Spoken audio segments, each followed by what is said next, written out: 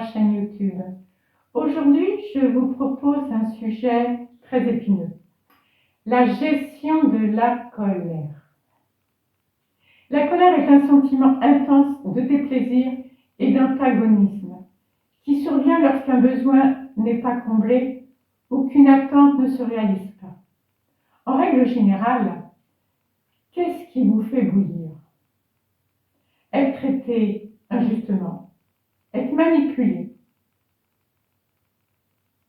voir qu'on se moque de vous, qu'on vous manque de respect, notamment si c'est délibéré.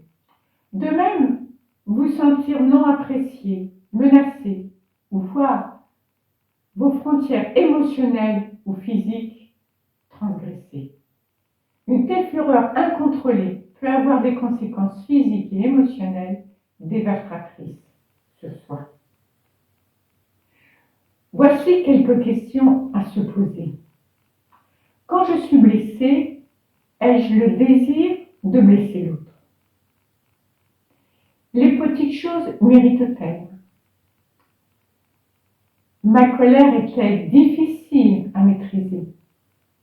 Au cours d'un conflit, est-ce que je dis des choses que je regrette par la suite? Est-ce que j'émets des remarques critiques ou cinglantes? Ma colère blesse-t-elle les êtres qui me sont chers?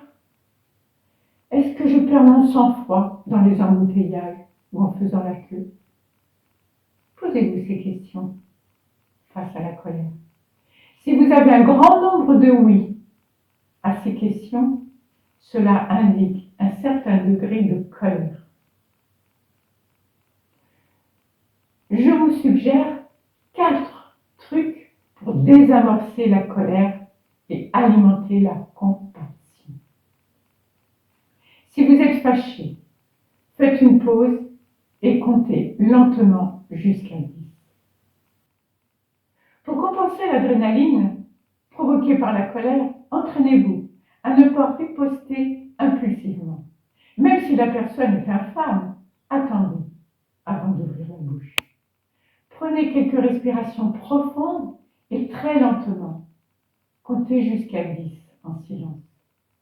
Utilisez cette accalmie pour vous ressaisir avant de décider de la chose à faire. Faire preuve de cette maîtrise de soi délibérée vous permet d'éviter bien des problèmes et vous met aux commandes de l'échange et vous évite des répercussions déplorables. Deuxième chose, accordez-vous une période pour retrouver votre sang-froid. Si vous êtes énervé ou après une altercation, retirez-vous dans un cadre paisible pour réduire votre stress.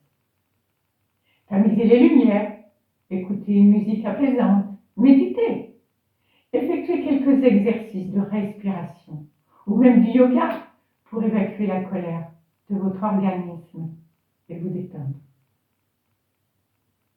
Troisième suggestion, assurez-vous d'avoir assez de temps pour aborder ce qui vous a rendu furieux. La morale, s'accorder un moment de détente pour résoudre un conflit permet d'avoir une réaction plus compatissante. Quatrième et dernière suggestion, ne tentez pas d'examiner votre colère si vous êtes fatigué, ni même avant d'aller dormir. Puisque la colère agit votre organisme, elle interfère avec la qualité du sommeil et entraîne l'insomnie. L'esprit tourne en rond.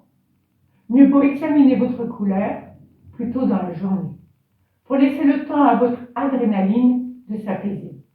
Et bien reposé, vous êtes moins enclin à réagir avec impatience et vous pouvez préserver votre équilibre. Voilà. J'espère que cela vous a plu. N'oubliez pas de mettre un petit pouce ou de vous abonner si ce n'est déjà fait pour poursuivre les autres vidéos à venir. Je vous souhaite une très belle journée ou une très belle soirée dans la lumière et le cœur. Au revoir!